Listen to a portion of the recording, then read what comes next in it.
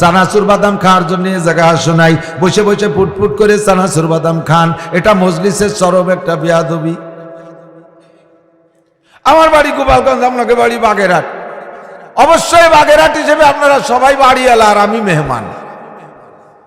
আরবি ফার্সিতে বাড়িওয়ালারে কয় মেজবান, আর যারা আসে তাদেরকে বলে মেহমান। আপনারা সবাই মেজবান, আমি মেহমান।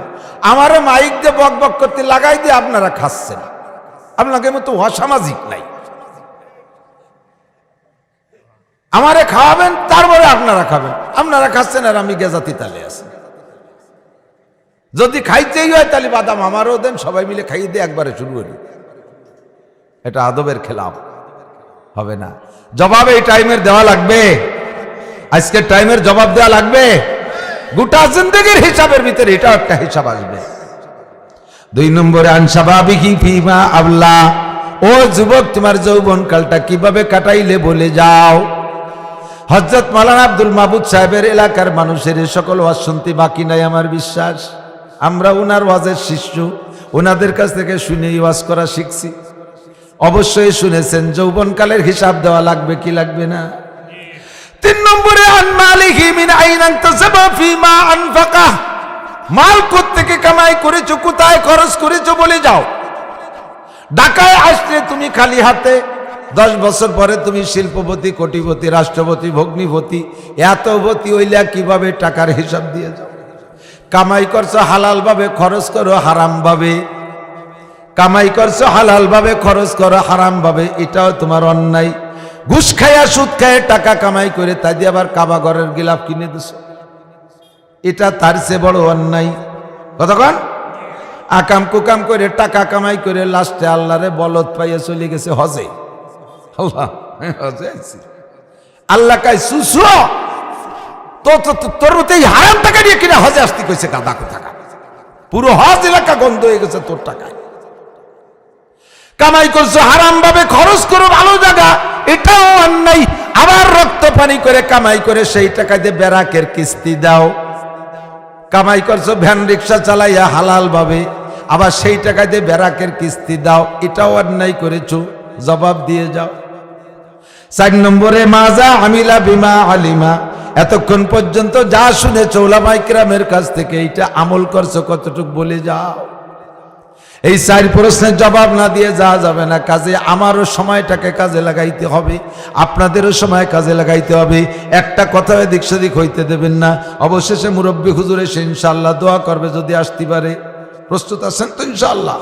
আল্লাহ সবাইরে তৌফিক দান করে, বলেন আমিন। আমাদের হিদায়াতের জন্য জাগতিক কোনো সংবিধানের দরকার নাই। আমাদের সংবিধান আসছে কোত্থেকে?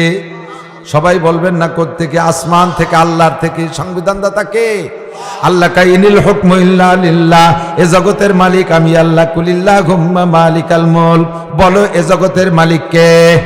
তুতিল মুলকা মান তাশা, তুমি আল্লাহ যাকে খুশি জগতের কিছুক্ষণের জন্য আঞ্চলিক একটু জিম্মাদারি দিয়ে মালিক বানায় দাও। কেউরে 1 কাঠার, কেউকে 1 বিঘের, কেউরে 10 বিঘের, কেউরে 100 বিঘের, কেউরে 1000 বিঘের, কেউরে ওয়ার্ডের, কেউরে ইউনিয়নের, কেউরে থানার, কেউরে সিটের, কেউরে দেশের, এভাবে ভাগ করে, কেউরে উপমহাদেশের, কেউরে মহাদেশের। এমন করে করে তুমি আল্লাহ জিম্মাদারি দাও। ওয়াতানজিউল মুলকা মিম্মান তাশা, আবার যে কোনো সময় ক্ষমতা নেওয়ার ক্ষমতা আল্লাহ পাকের আছে না নাই? হাজারো হাজার প্রমাণ করেছে আল্লাহ পাক। রাজাদির রাজকে আল্লাহ পাক চুবাইয়া পানির মধ্যে শেষ করেছে, মশা দিয়ে ধ্বংস করেছে। কিসা সবাই জানেন। কতক্ষণ সাদ্দাতকে তার জান্নাতের গেটে আল্লাহ পাক শোয়াই দিছে। এরকম বহুত জনকে মারছে। আল্লাহ, এ জগৎ তোমার হুকুমত চলবে, তোমার সংবিধান চলবে। আল্লাহর রাব্বুল আলামিন সংবিধান পাবো কোন জায়গায়? আল্লাহ কয় শাহরুর রমাদান আল্লাযী উনজিলা ফীহিল কুরআন, রমজান মাসে আমি কুরআন নাজিল করেছি, ওইটাই হলো সংবিধান বই। হুদাল লিন্নাসি ওয়া বাইয়িনাতিন মিনাল হুদা ওয়াল ফুরকান, এ কুরআন হলো মানব জাতির পথ প্রদর্শক। আমার দিক এ ভাই, কুরআন হলো মানব জাতির। আর একদিক খেয়াল করছেন বিদায় জবাব দিতে পারলেন না। কুরআন হলো মানব জাতির রাহবার, পথ প্রদর্শক। কথা বলেন। আমাদের সংবিধান বইয়ের নাম কি? আল কুরআন। জোরে বলেন কি? বড় মানব রচিত সংবিধান মুসলিম জিন্দেগিতে আমরা গ্রহণ করতে রাজি। আমাদের সংবিধান দাতা আছে আল্লাহ পাক রব্বুল আলামিন, একটু কম রাখে নাই, কোনো জায়গা ফাঁক রাখে নাই যে সেই জায়গা আঙ্গুল ঢুকবা।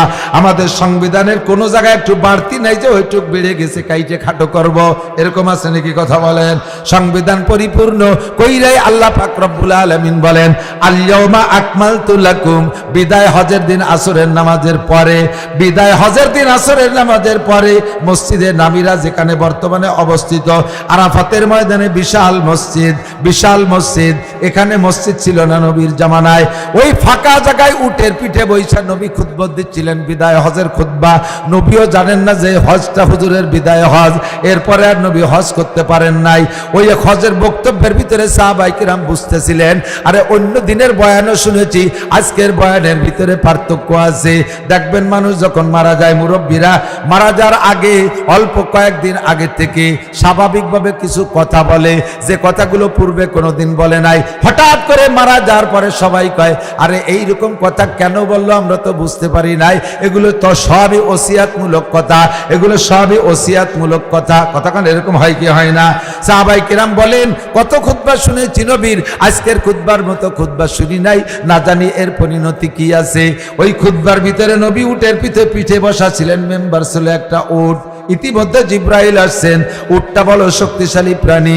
জিব্রাইল যখন নবী আলাইহিস সালামের কাছে আসতেন ওহী নিয়া, তখন হুজুরের ওয়েট এত বেড়ে যেত যে উটটা পর্যন্ত পিঠ বাঁকায় যাচ্ছে, বসে দাঁড়িয়ে থাকতে পারতেছে না। ওই মুহূর্তে জিব্রাইল আয়াত শুনে দিলেন নবীকে, নবী বলে দেন আল-ইয়াউমা আকমালতু লাকুম দীনাকুম। আল্লাহ বলতেছেন আজকের দিনে, অধ্যকার দিনে, এই মুহূর্তে তোমাদের জন্য আমি দিনকে পূর্ণ করে দিয়েছি। কন্যা আলহামদুলিল্লাহ।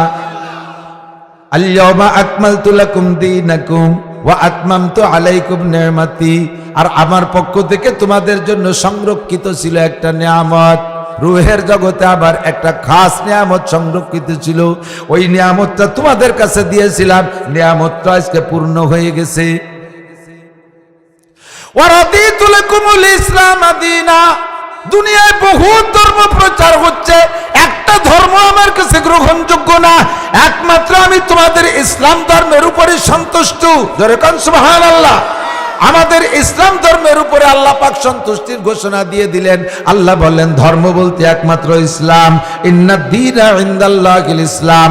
ও ভাই, ধর্ম বলতে একমাত্র, জোর হলো না, আরো জোরে, ইসলাম ছাড়া অন্য কোন ধর্ম চলবে, অন্য কোন ধর্ম